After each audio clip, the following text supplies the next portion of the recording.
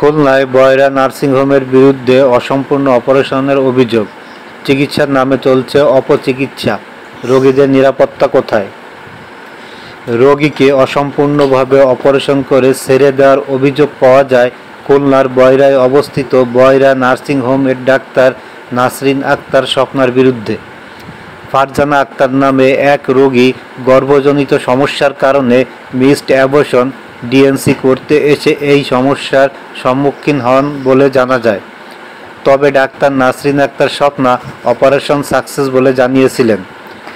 রোগীর বাড়ি নড়াইলে হওয়ায় রোগীর পিতা অপারেশন শেষে রোগীকে বাড়ি নেবার সময় আরেকবার আল্ট্রাসাউন্ড করে বিষয়টি নিশ্চিত হবার কথা বললে ডাক্তার নাসরিন আক্তার স্বপ্না লাগবে না বলে জানায়। গ্রামে যাবার পরে রোগী ফারজানার অতিরিক্ত রক্তক্ষরণ শুরু হয় এবং অবস্থা অবনতি হতে থাকলে দ্রুত রোগীকে নড়াইল সদর হাসপাতালে ভর্তি করানো হয় এবং ডিউটিরত ডাক্তার পুনরায় আল্ট্রাসাউন্ড করে দেখেন অপারেশন অসম্পূর্ণ রয়ে গেছে এবং পুনরায় দ্রুত অপারেশন করার পরামর্শ দেন।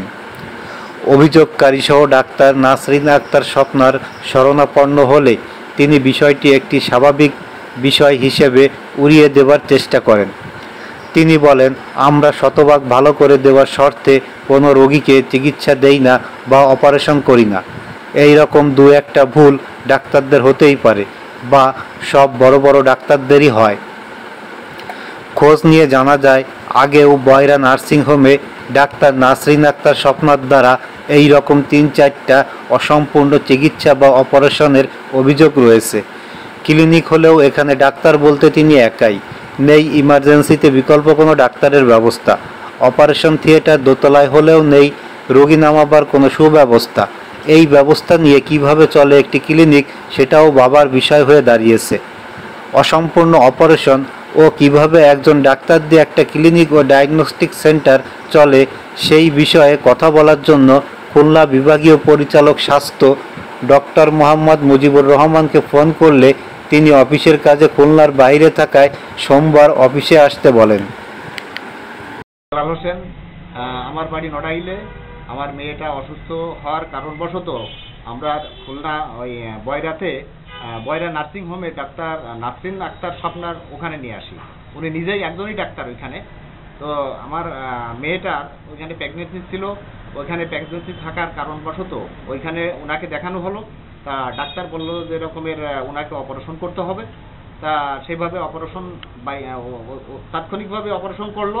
করার পরে তারপরে ওইখানে রাখা হলো। মানে উনি যখন হলো আবার শেষ হয়ে গেল, মানে জ্ঞান ফিরলো, তখন আমার মেয়েকে ছেড়ে দিল। তা আমি বললাম কি যে আমরা তো দূরের থেকে আসছি, তো আপনি বিষয়টা আর একবার একটু করেন, কি বলে ওই যে আল্ট্রাসাউন্ড করেন। তা ডাক্তার সাহেব বললেন যে না, আল্ট্রাসাউন্ড করা লাগবে না। ডাক্তার সাহেব কি করেছিলেন? আপনার মেয়ে কি চিকিৎসা দিয়েছিল? ওখানে ও তো প্রেগনেন্সি ছিল, এখন সম্ভবত বাচ্চাটা ওখানে মনে নষ্ট হয়ে গেছে আর কি। এটা কি ডাক্তার বলছে না আপনার? না, ডাক্তার বলছে আর কি। ডাক্তার আপনাকে বলছে যে বাচ্চাটা নষ্ট হয়ে গেছে, এখন ডিএনসি করা হবে। জরুরিভাবে এখনই ওটাকে অপারেশন করতে হবে, নইলে যে কোনো সময় রোগী টিকবে না। ঠিক আছে। তা তাৎক্ষণিকভাবে উনি করলেন, অপারেশন করলেন। করার পরে ওখান থেকে পরে আমরা নিয়ে যাই। নেওয়ার পরে খুলনা নড়াইল সদর হসপিটালে পরে মেয়ের অবনতি দেখে পরে তাৎক্ষণিকভাবে ওইখানে ভর্তি করি। মেয়ের অত্যাধিক পরিমাণে ব্লিডিং হচ্ছিল। তা আমরা ডাক্তারকে জানালাম। জানানোর পরে উনি বললেন যে ওষুধটা লিখে দিল, ওই ওষুধ খাওয়ান, ঠিক হয়ে যাবে।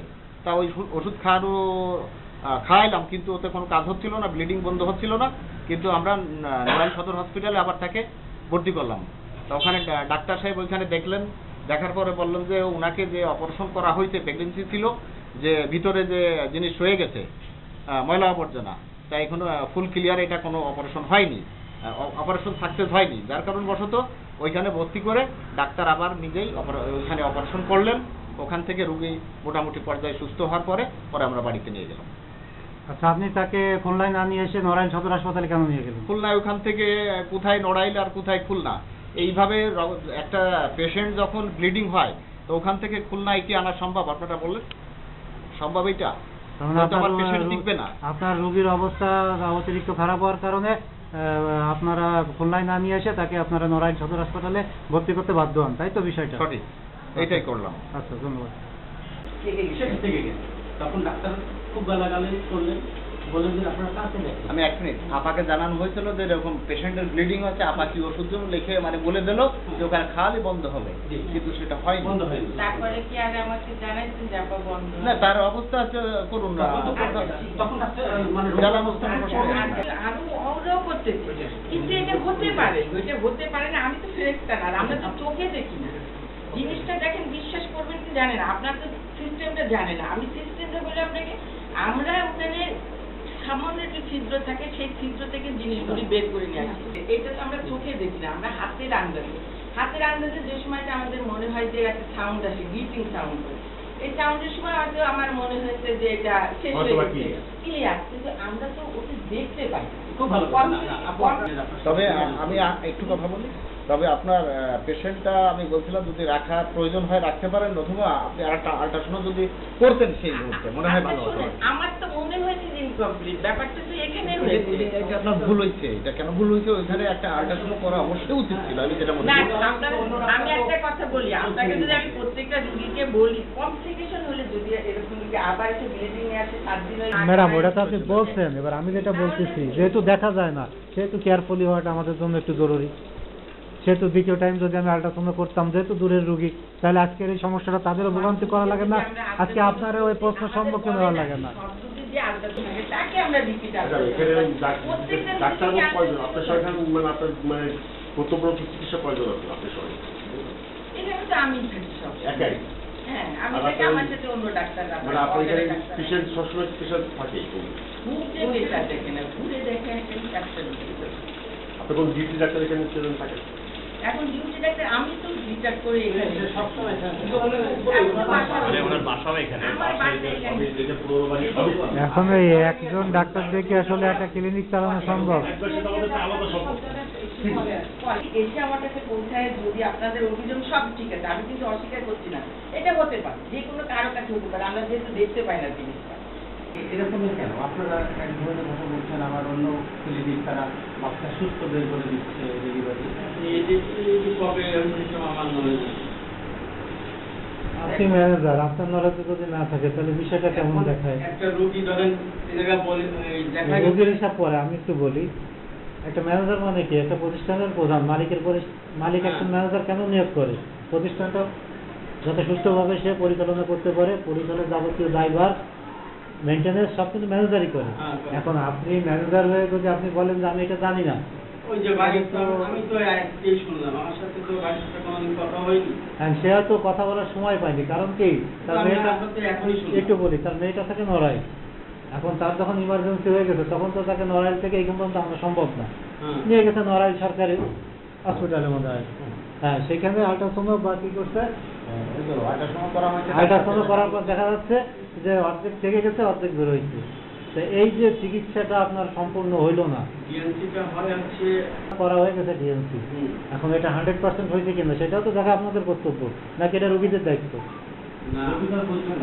রোগী বলবে না, ঠিক আছে, কিন্তু এটা অনেক সময় হয় কি, বললাম যে 1 সপ্তাহ অল্প ব্লাড যায়, তারপরে ঠিক হয়ে যায়, তারপর 1 সপ্তাহ পরে যায় বা 10 দিন পরে যে আল্ট্রাসাউন্ড করলি শিওর হবে যে ওর ভিতরে কোনো কি জানে।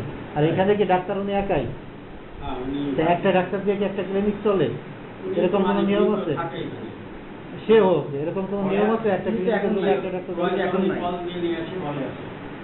আপনাদের এটা ক্লিনিক না, তো কল দিয়ে ডাক্তার এনে কি ক্লিনিক চলে?